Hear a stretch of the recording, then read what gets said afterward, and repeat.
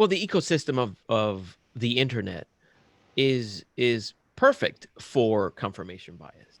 If I was listening to Malcolm Gladwell, who is he's an author who is amazing. Actually, I think he's Canadian, if I'm not Yeah, mistaken. yes. Yeah, he phenomenal writer. He takes different stories in order to capture the reader and convey a specific message. He can help you uh, become a better thinker.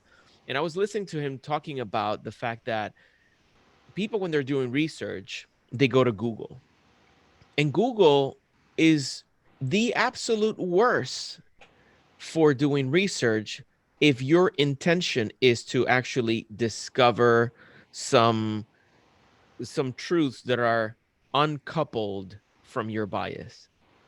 So think about the way that the algorithm of any kind of search engine works.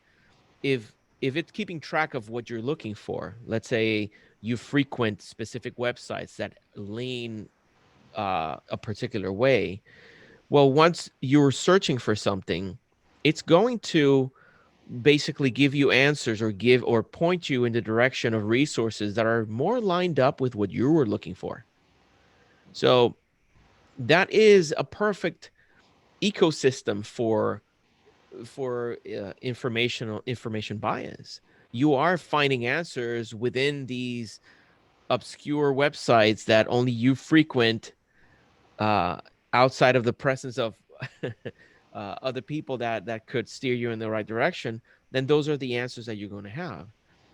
Now, in social media, you are going to remain in contact um, with those groups and those individuals who better line up with your way of thinking. So it is not from within that you can solve that confusion. It's only without.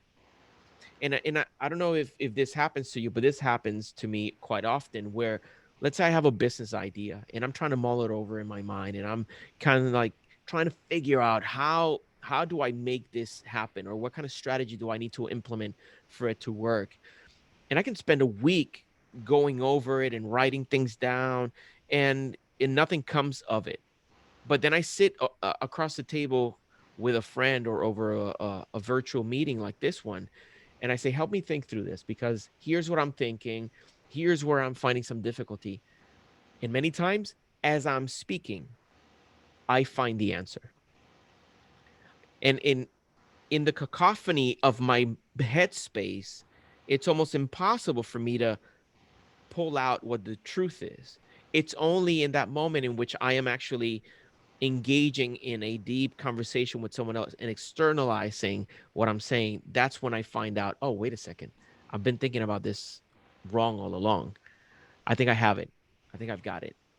So I think we need more of that.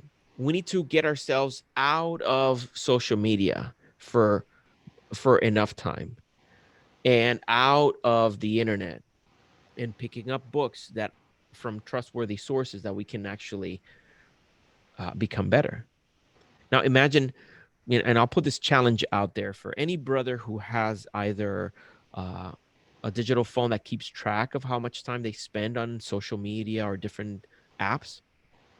Go out there and look on average how much time you spent on the various social media platforms. Okay. Now take that amount of hours, because I guarantee you it's hours that we spend on social media.